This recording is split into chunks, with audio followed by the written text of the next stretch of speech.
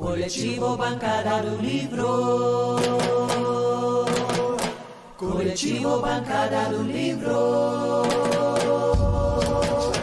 Coletivo Bancada do Livro. Coletivo Bancada do Livro.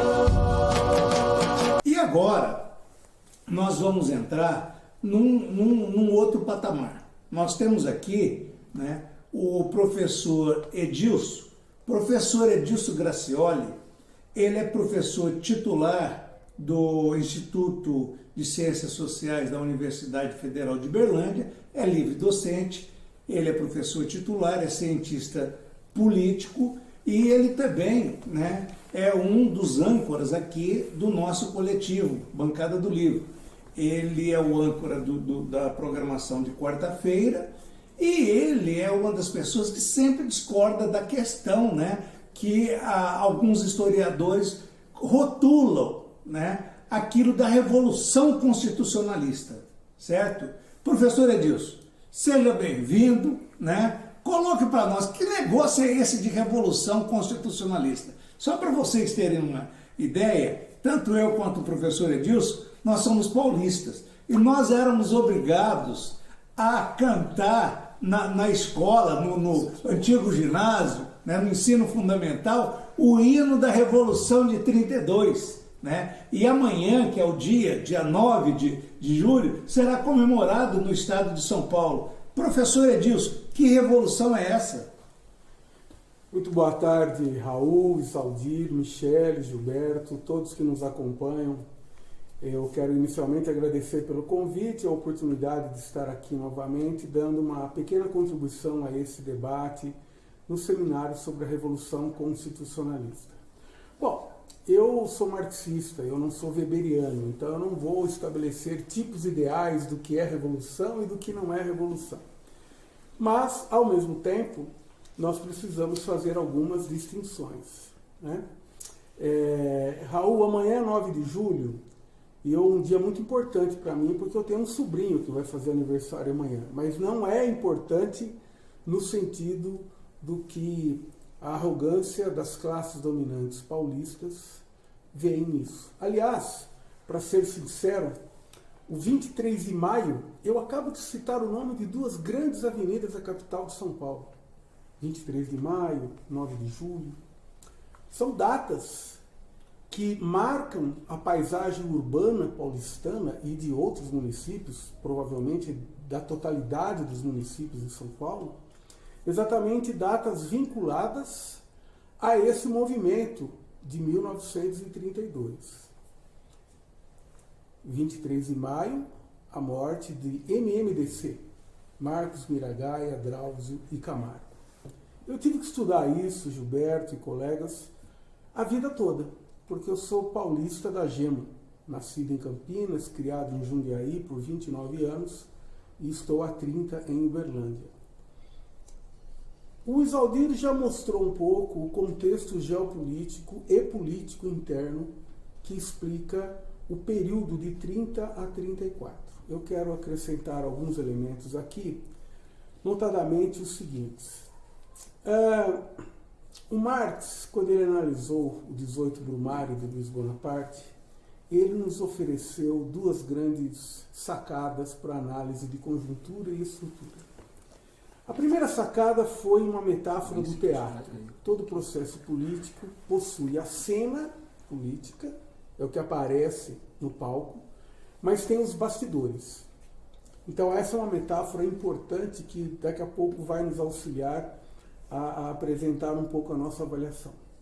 A outra sacada importante nesse texto, mas que se repete em outros dois, é que Marx diz o seguinte: olha, assim como não devemos pegar o que um indivíduo fala de si mesmo como sendo a sua realidade, é preciso olhar para o que os partidos dizem a respeito de si e relativizar. É preciso buscar as coisas como de fato são.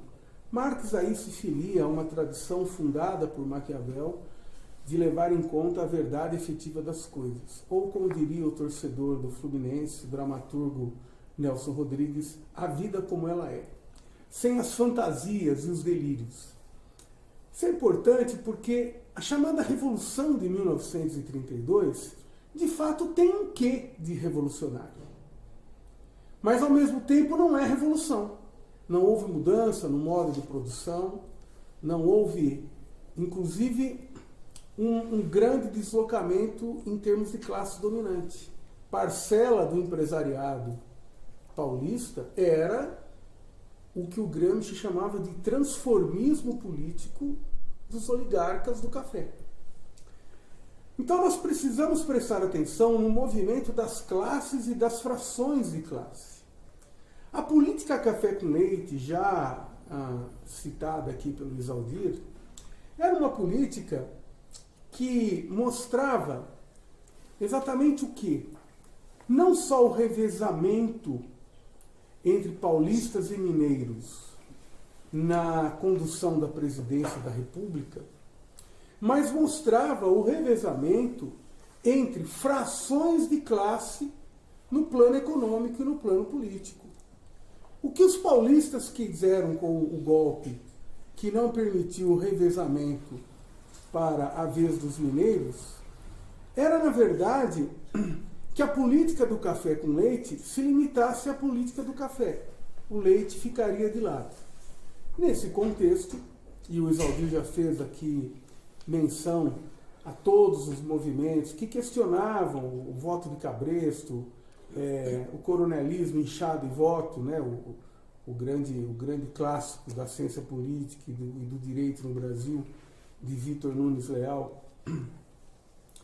Todo esse contexto, naquela crise, fazia com que o grupo mais extremado da oligarquia paulista, entre 30 e 32, com destaque para 32, buscasse, via enfrentamento armado, derrubar Vargas. Acho importante lembrar também que eu venho de uma cidade operária. Jundiaí é uma cidade operária. Ninguém precisava explicar muito para mim, nas aulas de história, o que era o significado das vilas operárias. O centro de Jundiaí, ele tem bairros contíguos com os nomes de Vila Argos, Jardim Sica, Jardim Filobel, todos nomes de indústria têxtil ou alimentícia, que foram os primeiros ramos industriais. E aqui eu quero pontuar que, seja por quais caminhos tenham sido, a verdade é que Vargas, ele inicia um processo de industrialização importante, ou ele incrementa, ele acelera o processo. E ele acelera por meio da chamada constituição da indústria de base, siderúrgica, petroquímica, hidrelétrica. Agora, o movimento operário e a atividade industrial eram anteriores a Vargas.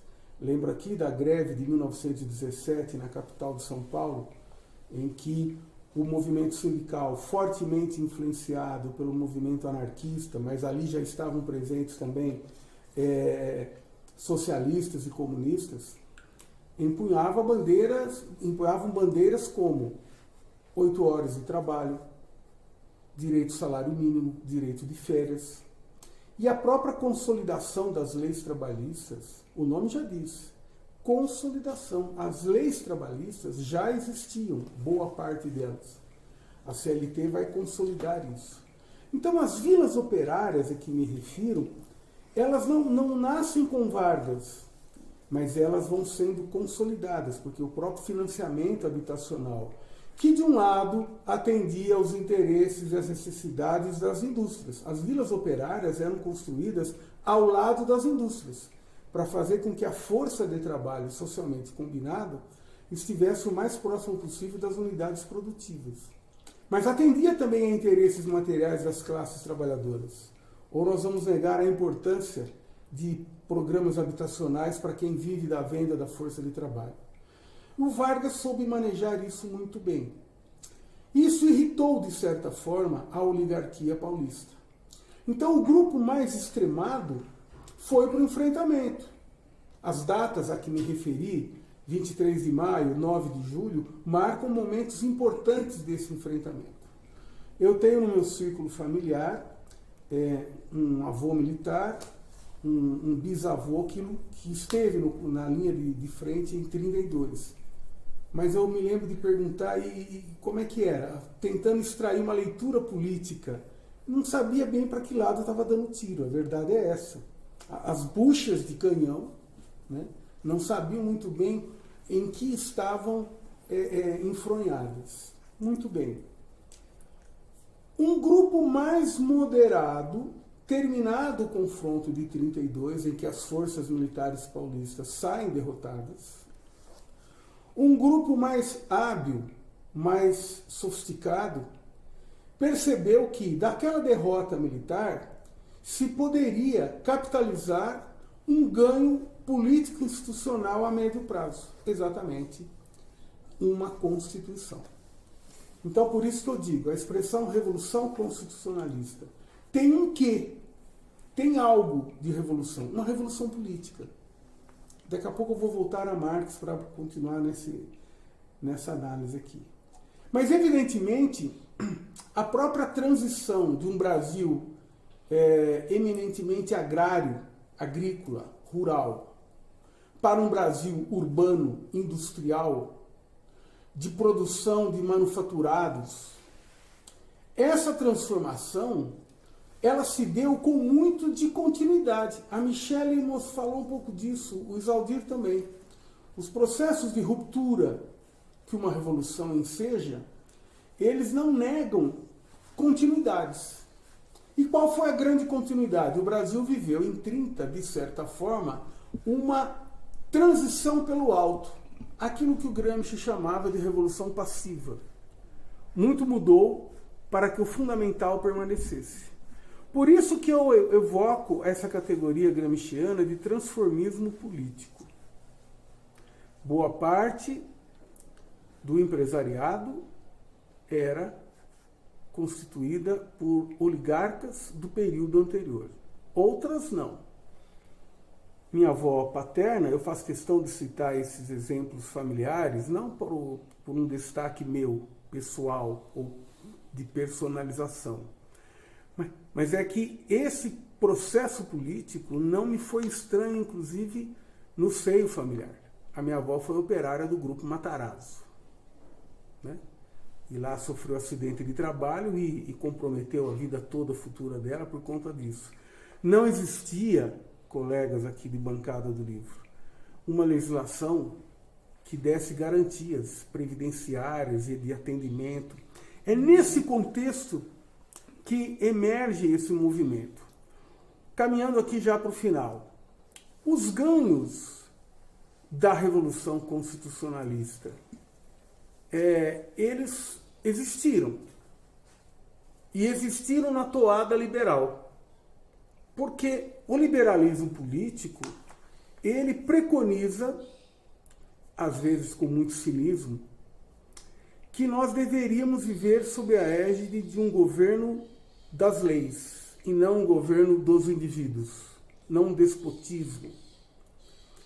E é óbvio que nós, que hoje defendemos aí o respeito à Constituição e que mudanças precisam ser constitucionalizadas para grandes temas, nós sabemos dessa importância.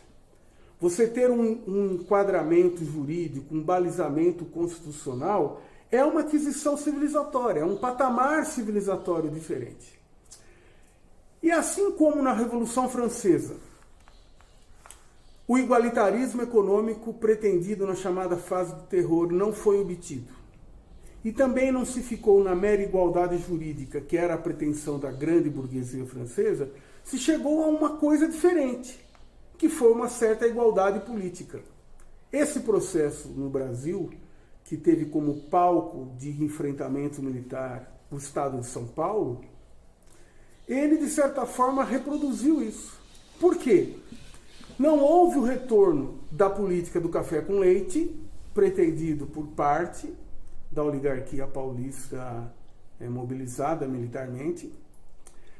Não houve uma revolução para além desse aspecto político, mas houve um salto civilizatório em termos de Constituição. Não disponho de tempo para entrar nos desdobramentos posteriores a isso, como a liberdade de culto na Constituição de 46, etc., não vou entrar. Eu caminho para o final para dizer o seguinte. Esse movimento, como todo movimento político, alterou a química geral do sistema político e da vida social brasileira.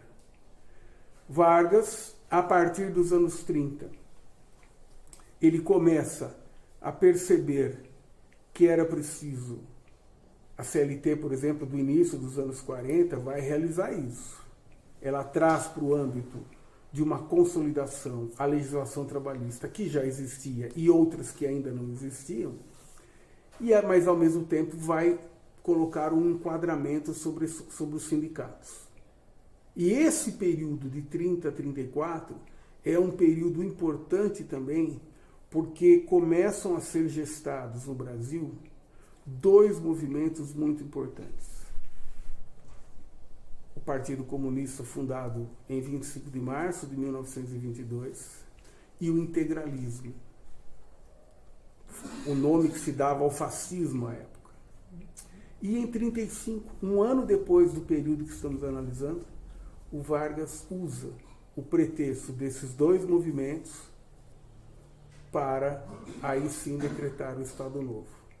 Então, para quem tem uma visão estática da história, achando que tudo é a mesma coisa, nada muda, esse processo, esse período histórico é muito rico, porque ele nos coloca numa quadra histórica de intensa luta de classes. A classe trabalhadora estava presente aí, com várias correntes, com várias vertentes ideologicamente falando, politicamente falando, de concepção. Bom, eu espero ter demonstrado aqui a minha perspectiva, que é de relativizar o nome Revolução Constitucionalista, situando esse movimento um pouco na arrogância da oligarquia do Estado onde eu nasci, onde eu fui criado, mas também na dinâmica da luta de frações de classe. Todas as frações de classe. O movimento operário não estava ausente disso. Quem ficou de fora dessa história toda nesse período, não em termos de resistência, mas em termos de contemplação trabalhista, é exatamente o trabalhador do campo.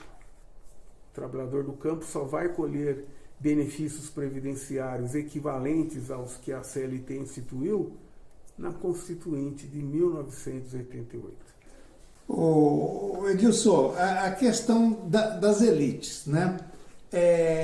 A elite paulista, que era a elite agrária, né? Ela foi substituída pelo tempo pela elite industrial paulista, né? Que também foi substituída pela elite do capital financeiro, elite bancária, que ainda concentra-se em São Paulo, né? Que é o principal estado do país. Saiu a semana passada, o Edilson, a pesquisa do IBGE, dizendo que São Paulo é o estado mais populoso, que tem 44 milhões de habitantes, né? Segundo o estado em população, Minas Gerais tem metade, 22 milhões, né? O que eu queria que você abordasse, Edilson, o que mudou na questão de poder de 1930, quando vem o processo de industrialização do Brasil, até os dias atuais? Bom, o grande processo capilar, né, molecular na sociedade é o processo de urbanização. O Brasil dos nossos tempos é um Brasil eminentemente urbano, que precisa de uma força de trabalho muito menor no campo, dados os processos de mecanização e robotização do próprio agronegócio. Então, isso tem... Veja, aqui nós temos que ser dialéticos. Uma das leis da dialética é essa. A quantidade impacta a qualidade e a qualidade impacta a qualidade.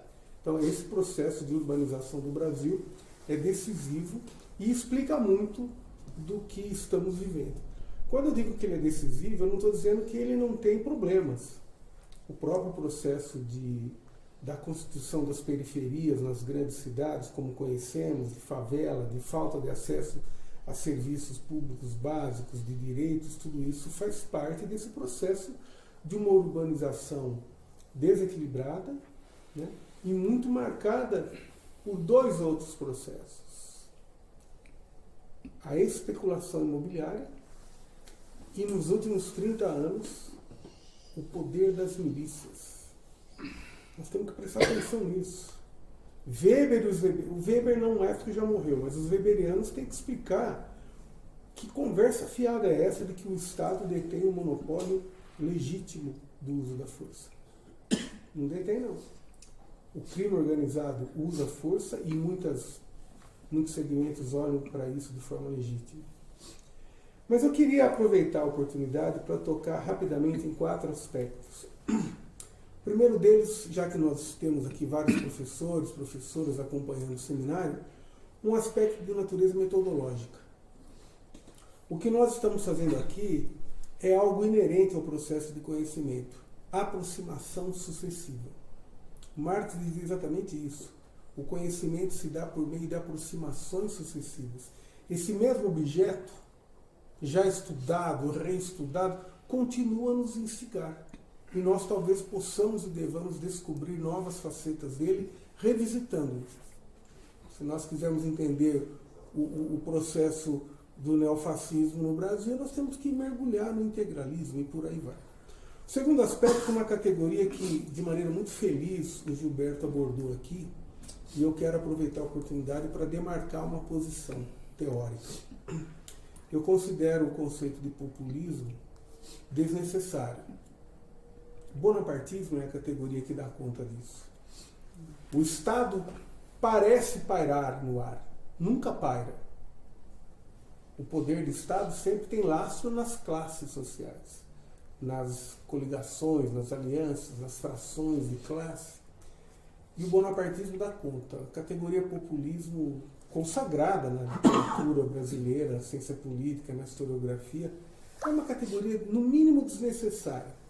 Cunhada por Francisco Verfort, consolidada por grandes cientistas políticos como Armando Boito, aqui entre nós na UF, o professor Adalberto Paranhos, mas eu considero desnecessário. O terceiro aspecto que eu quero destacar rapidamente aqui diz respeito ao seguinte.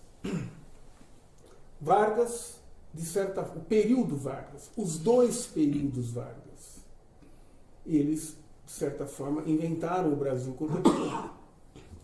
Logo depois de 1934, Vargas começa a buscar financiamento para constituir um parque siderúrgico nacional.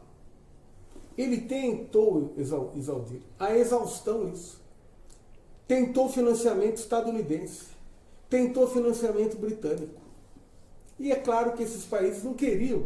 Por que eles vão deixar de exportar para o Brasil aço, que é, é o principal insumo de uma indústria de base, sem o qual não existe a indústria de bens de capital? Né? Por que ele vai deixar esses países vão deixar de exportar? Então eles não tinham interesse em financiar a siderúrgica no Brasil.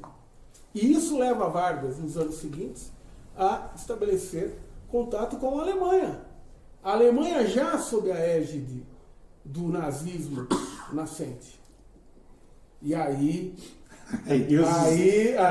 melhor financiado que ter o Brasil do lado. É isso que explica a Companhia Siderúrgica Nacional. Vocês sabem que essa é uma cachaça teórica que me apraz, porque toda a minha trajetória acadêmica foi sempre... Só uma questão, você é autor de 2 livros sobre a Companhia Siderúrgica Nacional. A minha dissertação de mestrado foi publicada, né, aqui pela EDUF, e depois a tese de doutorado pela Expressão Popular, ambas estudando isso. E por último, eu não poderia deixar, Gilberto, de falar do futebol. Por que eu vou evocar isso? Vasco da Gama. Não só o Vasco da Gama é importante, sem dúvida, mas o Gilberto citou aqui São Januário. É preciso lembrar do Pacaembu em São Paulo.